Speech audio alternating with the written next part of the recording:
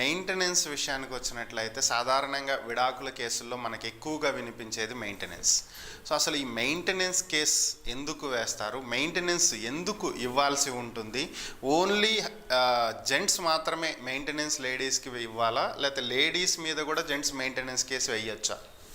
సందీప్ గారు, బేసికల్గా మెయింటెనెన్స్ అనే సిచ్యువేషన్కి వచ్చినప్పుడు ఏమైపోతుందంటే మీకు ఇన్కెపాసిటీ ఉన్న పర్సన్స్కి మెయింటెనెన్స్ అనేది ఇవ్వడం జరుగుతుంది. చాలా వరకు కూడా ఇక్కడ ఏం జరిగిపోయిందంటే ఎవరు కూడా దీన్ని ఎలాబొరేటెడ్గా చెప్పడం కానీ ఎలాబొరేటెడ్గా దీన్ని ప్రజెంటేషన్ చేయడం కానీ చేయకపోవడం వల్లనే ఈరోజు ఏమైపోయిందంటే ఒక సాంప్రదాయబద్ధంగా తయారైపోయింది. ఎలా అంటే పెళ్ళి చేసుకున్న తర్వాత వైఫ్ అండ్ హస్బెండ్ విడిపోయారంటే వైఫ్కి కంపల్సరీగా మెయింటెనెన్స్ ఇవ్వాలి, చేయాలి అనేది. యాక్ట్లో మెయింటెనెన్స్ ఇవ్వాలి అని ఒక సెక్షన్ ఉంటుంది, కానీ ఆ మెయింటెనెన్స్ ఇవ్వడానికి గ్రౌండ్స్ చాలా ఇంపార్టెంట్. అది మనం చూసుకోవాలి. ఏ పని చేయకుండా ఏమీ అంటే గ్రౌండ్ లేకుండా మెయింటెనెన్స్ ఇవ్వమని చెప్పేసి అని రూల్ కూడా ఎక్కడ లేదు, అలానే యాక్ట్లో కూడా ఎక్కడ లేదు. మెయింటెనెన్స్ అనేది దేనికన్నారంటే ఇన్కెపాసిటీ ఉన్నప్పుడు, అంటే ఇన్కెపాసిటీ ఎర్నింగ్ చేసుకోలేని కెపాసిటీ ఉన్నప్పుడు అప్పుడు మెయింటెనెన్స్ ప్రొవైడ్ చేయమన్నారని. కానీ అలా కాకుండా నేను ఏ పని చేయను, నేను ఏమి చేయకుండా నేను ఖాళీకి కూర్చొని తింటాను, నేను ఖాళీకి కూర్చొని ఉంటాను అంటే దానికి మెయింటెనెన్స్ చేయమని చెప్పేసి లా ఎక్కడ చెప్పట్లేదు. లా ఏమని చెప్తుంది, ఇన్కెపాసిటీ ఉన్నప్పుడు అంటే ఇన్కమ్ లేనప్పుడు, ఇన్కమ్ ఎప్పుడు లేనప్పుడు, నిజంగా కెపాసిటీ హోల్డర్ కానప్పుడు. నిజంగా కెపాసిటీ హోల్డర్ అంటే ఎప్పుడు, అసలు ఈవిడికి ఏ పని దొరకదు, ఏమీ చేసుకోలేరు, జీవితం గడపడమే చాలా అగమ్య గోచరంగా ఉంది, అలాంటి సందర్భాలలోనే మెయింటెనెన్స్ ఉంటుంది తప్ప ఇప్పుడు రీసెంట్గా చూసుకున్న సందర్భాలను మనం ప్రతి చోట చూసుకున్నా కూడా ఎందుకు మ్యారేజ్ చేసే ముందు ఎడ్యుకేటెడా కాదా, ఈక్వాలిటీ ఉందా లేదా అని ఎందుకు చెక్ చేసుకుంటున్నారు? Because they must be do their activities together. మనం అనుకుంటాం మరి హౌస్ వైఫ్ ఉంది కదా అంటే హౌస్ వైఫ్ కూడా ఒక వర్కే. సో అక్కడ వర్క్ చేస్తుంది కాబట్టి, ఇతను కూడా సంపాదిస్తున్నాడు కాబట్టి దానికి సంబంధించి ఇద్దరు కూడా కంపెన్సేట్ చేసుకుంటున్నారు. ఈ కంపెన్సేషన్ చేసుకునే దాంట్లో నథింగ్ బట్ బై డిఫాల్ట్గా ఇతను సంపాదించే అమౌంట్లో ఈమెకు కూడా సమ్ అమౌంట్ పే చేస్తున్నట్టే. అక్కడ ఈ మధ్యకాలంలో మనం చూస్తున్నాము డైవర్స్ తీసుకుంటున్నామని చెప్పేసి అని పక్కకి వెళ్ళిపోయిన తర్వాత బియాండ్ లిమిట్స్లలో మెయింటెనెన్స్ అడగడం కానీ, బియాండ్ లిమిట్స్లలో అమౌంట్ క్లెయిమ్ చేయడం కానీ ఇలాంటివి మనం ఎక్కువగా చూస్తుంటాం. అయితే అలాంటి కేసెస్ ఏమైనా ఉంటే మంచి లాయర్ని అప్రోచ్ అయ్యేసి, అంటే మంచి లాయర్ అంటే మీరు ఇంకోటి చెప్పొచ్చు, అదేం సార్ మరి మా అందరం మంచి అంటే నేను అలా అనట్లేదు. మంచి lawyer in the sense domestic లైఫ్ని, సోషల్ లైఫ్ని, లీగాలిటీని అన్నిటినీ క్షుణ్ణంగా అర్థం చేసుకొని ఎక్స్ప్లెయిన్ చేయగలిగే ఉన్న లాయర్స్ దగ్గరికి వెళ్ళి పరిస్థితిని కరెక్ట్గా వీళ్ళు ఎక్స్ప్లెయిన్ చేసి దాన్ని కన్జర్వేషన్ మెథడాలజీలో కాకుండా, కన్వెన్షన్ ట్రీట్మెంట్లో కాకుండా ప్రోగ్రెసివ్ మైండ్ సెట్స్తో కరెంట్ ఉన్న సోషల్ స్టేటస్ని బేస్ చేసుకొని ఆ కేసుని వాదించే విధంగా దాన్ని కానీ తీసుకెళ్ళితే ఖచ్చితంగా మార్పులు అనేది వస్తుంది. మరి అంత మెయింటెనెన్స్ అతను చేసుకోలేకపోతే కూడా కోర్టు ఇలా కూడా చెప్పి డైరెక్షన్ చేసే ఛాన్సెస్ ఉంటాయి.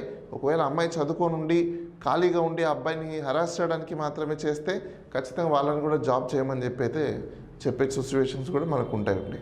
ఓకే, అంటే జాబ్ చెయ్యగలిగేటువంటి అర్హత ఉండి, చెయ్యగలిగేటువంటి క్యాపబిలిటీ ఉండి కూడా కావాలనే జాబ్ చేయకపోతే మాత్రం మెయింటెనెన్స్ ఇవ్వాల్సిన అవసరం అంటే ఇక్కడ బేస్డ్ ఆన్ ద గ్రౌండ్స్ అండి. ఇప్పుడు మెయింటెనెన్స్ అనేది ఏంటి? Basically what is maintenance? Maintenance is nothing but వాళ్ళు మెయింటైన్ చేసుకోలేకపోతున్నారు కాబట్టి సో దట్ మెయింటెనెన్స్ ప్రొవైడ్ చేయాలి.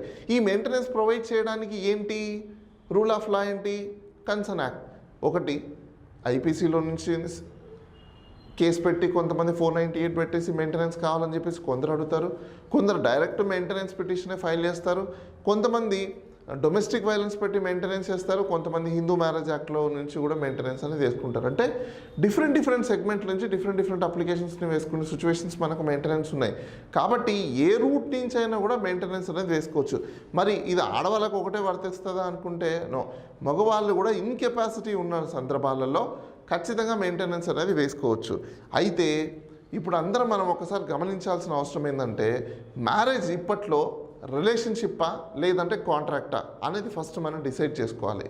ఇప్పుడు రిలేషన్షిప్ అంటే ఏంటి, కాంట్రాక్ట్ ఏంటి అని మీరు అడుగుతున్నారు కదా. మ్యారేజ్ అంటే ఒకప్పుడు రిలేషన్షిప్, ఈ రిలేషన్షిప్ ఎలా ఉండేది, అమ్మాయి అబ్బాయి కలిసి బతకగలుగుతారా లేదా, కలిసి జీవించగలుగుతారా లేదా, వీళ్ళ జీవితాన్ని వీళ్ళు సాగనిస్తారా లేదా అనేది చూసుకునేవాళ్ళు. కానీ ఈరోజు మనం ఒకసారి చూస్తే మ్యారేజెస్ ఎలా చేస్తున్నారు, అబ్బాయికి ఒక బయోడేటా ప్రొఫైల్ని తీసుకుంటారు, అమ్మాయికి ఒక బయోడేటా ప్రొఫైల్ని తీసుకుంటారు. దాంట్లో కొన్ని చెక్ లిస్టులు ఉంటాయన్నమాట. 1 2 3 4 5 6 7 8 9 10 ఇవన్నీ మ్యాచ్ అయితేనే నెక్స్ట్ లెవెల్ వెళ్తారు. అంటే nothing but it is a contract. అంటే ఈ ప్రొఫైల్కి ఈ ప్రపోజల్కి ఈ ప్రపోజల్ 2 ప్రపోజల్స్ మ్యాచ్ అయితేనే వీళ్ళు మ్యారేజ్ అనే కాంట్రాక్ట్లోకి ఎంటర్ అవుతున్నారు. సో అలాంటి సందర్భాలలో ఈ కాంట్రాక్ట్ అనేది ఓరల్ కాంట్రాక్ట్స్ ఏంటి, రిటర్నబుల్ కాంట్రాక్ట్ లేదు కాబట్టి ఇవన్నీ ఓరల్ కాంట్రాక్ట్సే. ఈ ఓరల్ కాంట్రాక్ట్స్లో ఏవి కాంట్రాక్ట్స్ బ్రీచ్ అయ్యారు, ఏ కాంట్రాక్ట్స్ వీళ్ళు మేడ్ చేసుకున్నారు అనేది చాలా ఇంపార్టెంట్. అయితే ఇప్పుడు రాబోయే రోజుల్లో కొత్తగా మనం ఇంకోటి కూడా చూడాల్సిన సందర్భాలు కూడా మనకు వస్తాయి. ఏంటి అంటే ఈసారి నుంచి మ్యారేజ్ ఎవరైనా చేసుకునే వాళ్ళు చాలా వరకు కూడా ప్రపోజల్స్ వస్తే మ్యారేజ్ చేసుకున్న ముందే ఒక కాంట్రాక్ట్ రాసుకోవడం మంచిది. ఎందుకంటే నీ ఎయిమ్స్ ఏంటి, నీ ఆబ్జెక్ట్స్ ఏంటి, నీ స్టేటస్ ఏంటి, వీళ్ళ స్టేటస్ ఏంటి, ఏ విధంగా లైఫ్ని ఉండాలనుకుంటున్నారు, ఏ విధంగా లైఫ్ని రన్ చేయాలనుకుంటున్నారు, ఒకవేళ ఏదైనా డిస్టర్బెన్స్ క్రియేట్ అయితే ఏ విధంగా విడిపోవాలనుకుంటున్నారు, డిస్టర్బెన్స్ క్రియేట్ అయినప్పుడు ఏమేమి కండిషన్స్ని మనం ఫాలో అవ్వాలనుకుంటున్నాం, ఇవన్నీ బెటర్ రాసుకొని మ్యారేజ్ చేసుకుంటే ఇలాంటి కేసులు ఇలాంటి గొడవలు ఉండవని మనం అనుకోవచ్చండి.